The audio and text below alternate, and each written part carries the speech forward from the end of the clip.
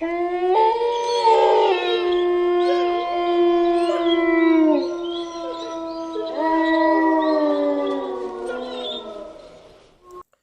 कहानी है हम तीन दोस्तों की। हम तीनों साथ में हॉस्टल में रहते थे और साथ ही तीनों क्लास में थे। मुझे भूतों की कहानियाँ सुनना बहुत पसंद था। एक दिन हम तीनों साथ में सोए थे। मेरी आदत थी कि जब तक मैं हॉरर स्टोरी ना सुनूं, नींद नहीं आती थी। मैं स्टोरी सुन ही रहा था कि मेरे फ्रेंड ने बगासी खाते हुए बोला, अरे यार सोने देना यार, बंद कर ले तेरी स्टोरी। मैंने हंसते हुए कहा, क्या ये क्यों नहीं कहता कि तेरी फट रही है। हम दोनों दोस्त रोहित पर हंसने लगे। रोहित कहने लगा, हाँ बेटा हंस लो, जब तुम्हारे सामने आएगा ना भूत तो पता चल जाएगा कि तुम लोगों की फट के हाथ में आ जाएगी। मैंने कहा, यार रोहित तूने कभी भूत वूत देखा है? उसने कहा, नहीं यार, लोगों से सुना है मैंने कि भूत वूत होते हैं। मैंने कहा, सुन भाई, पहली बात, भूत वूत कुछ होते नहीं है, ये सब किस्से कहानियां में होते हैं यार, रियल लाइफ में नहीं। मेरे दूसरे फ्रेंड ने कहा, यार अब सोने भी दो और सो भी जाओ यार, कितना बोलते हो तुम लोग। ये कहते ही हम सो गए। अब सुबह हो गई थी। सूरज की तेज रोशनी खिड़की को चीरते हुए मुझ पर पड़ी। मैं उठा और टाइम देखा तो सुबह के 9 बज गए थे। यार आज तो मैं बहुत लेट हो जाऊंगा कॉलेज के लिए, और इस सालों कुत्तरों ने मुझे उठाया क्यों नहीं। अब मैं जल्दी से उठा और तैयार होके कॉलेज पहुंचा। दोनों मेरे गेट पर ही वेट कर रहे थे। मैंने कहा, अबे सालो, तुम लोगों को उठाने की नहीं बनी मुझे कि लेट हो जाऊंगा कॉलेज के लिए। रोहित ने आश्चर्य से कहा, अरे यार तुझे हम उठा के आए थे और तू उठ भी गया था, अब वापस सो गया हो तो उसका हमें नहीं पता। मुझे कुछ याद नहीं आ रहा था। ये सोचते ही हमारी क्लास लग गई और शाम को कॉलेज से निकलते ही हम तीनों ने रेस्टोरेंट पर जाने का फैसला किया। रेस्टोरेंट कॉलेज से सिर्फ 1 किलोमीटर ही दूर था। हमने टैक्सी बुक की और एक अच्छे से रेस्टोरेंट पर चले गए। वहाँ पर खाना वाना खाया और रोहित ने टाइम देखते हुए कहा, यार शाम को 6 बज गए हैं और टाइम का पता भी नहीं चला यार, जल्दी से निकलते हैं। तुम लोगों को पता है ना कि 8 बजे के बाद हमारी गली में कोई निकलता नहीं है बाहर। मैंने हंसते हुए कहा, अरे भाई तू क्यों टेंशन लेता है यार, तेरा भाई तेरे साथ है, समझा कर बात को। थोड़ी देर के बाद हम उस रेस्टोरेंट से निकल गए और देखा कि कुछ देर पहले तो इस जगह पर इतनी भीड़ थी कि मानो कोई मेला लगा हो, और सभी लोग अपनी अपनी शॉप बंद करके जा रहे थे। हमने एक टैक्सी रोकी और उसमें बैठ गए। कुछ दूर आगे जाके हमने टैक्सी वाले से पूछा, अरे भैया एक बात बताओ, कुछ देर पहले तो यहाँ पर बहुत ही भीड़ थी और 2 से 3 घंटे में ऐसा क्या हुआ कि भीड़ ऐसे गायब हो गई जैसे कि कोई भूत देख लिया हो। ये बोलते ही हम हंसने लगे। इस जगह का नियम है सर जी कि 7 बजे के बाद कोई शॉप खुली नहीं रहती।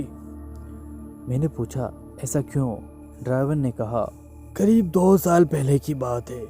एक छोटी सी फैमिली लाल बाग में रहने आई थी और तब से उस घर के सामने कुत्तों की रोने की आवाज़ आने लगी। दूसरे दिन एक एक करके कुत्ते गायब होने लगे और फिर धीरे धीरे आसपास के जितने भी जानवर थे एक एक करके सभी गायब होने लगे। फिर एक डिलीवरी वाला वहाँ से घर में डिलीवरी ऑर्डर देने गया था और कुछ देर के बाद बाहर आया तो पूरा खून में सना हुआ था। आसपास के लोग भेले हुए और उसने सभी लोगों को बताया कि उसके साथ उस फैमिली ने क्या किया। असल में वो फैमिली जानवरों का कच्चा गोश्त खाती थी और जब जानवर ख़त्म हुए उस फैमिली ने भूख के मारे उस डिलीवरी वाले को ही खाने की कोशिश की, पर उसकी किस्मत अच्छी थी जो वहाँ से भाग गया और लोगों को सब कुछ बता दिया। और फिर लोगों ने 8 बजे रात को उसके पूरे घर को घेर के सबको जला दिया और फिर उस टाइम के बाद कोई ना कोई तो गायब होता ही गया। फिर लोगों ने डिसाइड किया कि सभी 7 बजे के बाद कोई घर से बाहर नहीं निकलेगा। ड्राइवर ने पूछा, वैसे आप कहाँ से हैं? हम अंकल जी, हम तो लाल बाग के हॉस्टल में रहते हैं। ये बोलते ही ड्राइवर ने गाड़ी को ब्रेक मारा और डरते हुए कहा, क्या क्या कहा तुमने? पता भी है 8 बजे के बाद वहां कोई निकलता नहीं है, इसलिए लोग 7 बजे से पहले ही अपनी अपनी दुकानें बंद कर देते हैं। अब आपको यहाँ से पैदल ही जाना होगा क्योंकि 7:30 हो चुके हैं। मुझे यहीं से अपने घर के लिए भी निकलना है। हमने ड्राइवर से रिक्वेस्ट करते हुए कहा, भाई प्लीज थोड़ी दूर तो घर है, प्लीज हाँ हमें छोड़ते हुए निकल जाना, हम आपको एक्स्ट्रा पैसा दे देंगे। पर ड्राइवर ने हमारी एक ना सुनी और वो वहाँ से चला गया। अब काफ़ी अंधेरा हो चुका था और पूरा रास्ता सन्नाटे में बसर गया था। अब हम तीनों को डर लग रहा था। हमने वहाँ से भागना चालू किया और कुछ देर आगे आने के बाद हमने टाइम देखा, करीब 7:50 हो चुकी थी। मतलब अब सिर्फ हमारे पास 10 मिनट थे और हम काफ़ी थक चुके थे। मैंने कहा, यार बेवजह भाग रहे हैं यार, यार भूत कुछ नहीं होता है यार, मेरे पेट में भी दर्द होने लगा है यार, यहाँ का कुछ नियम कानून होगा यार। मेरे दोस्त ने कहा, यार शिनू तू सही कह रहा था, और ऊपर से टैक्सी ड्राइवर ने और भी हमको डरा दिया यार, हम भी डर गए यार कि बाकी ये सब कुछ नहीं होता है। ये कहते ही वहाँ की ट्यूबलाइट बंद चालू होने लगी, हवा के झोंके आने लगे। रोहित ने कहा,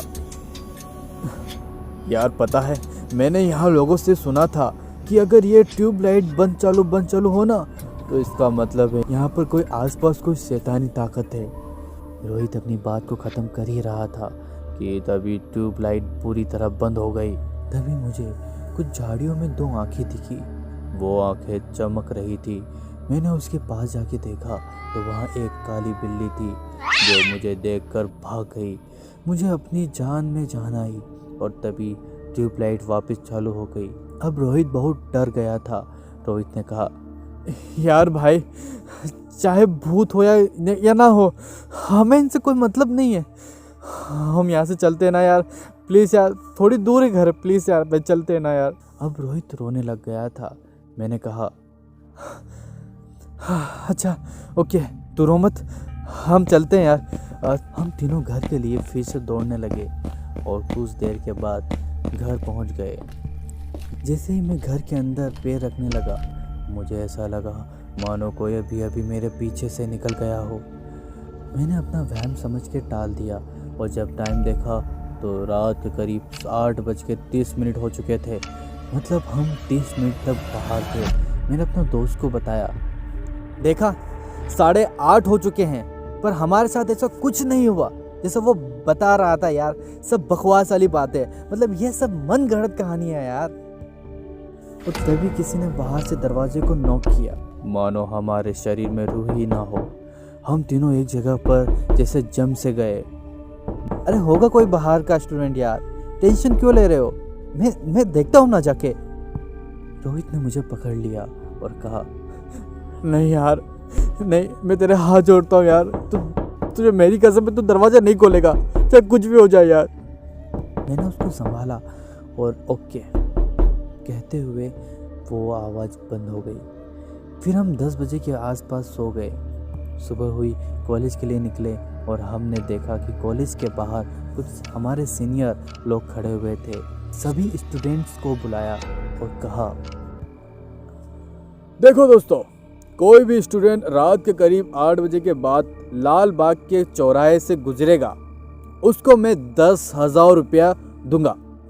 मैंने सोचा, यार 10,000 तो हमारे लिए बहुत बड़ी रकम है और मुझे पैसों की भी ज़रूरत है, और वैसे भी मैं पहले भी उस गली से 8 बजे निकला हूँ तो मुझे किसी भी चीज़ का डर तो लगने वाला है नहीं। और आज की दुनिया में भूत होते ही कहाँ हैं, फालतू की चुतियापा करते रहते हैं बस सिर्फ।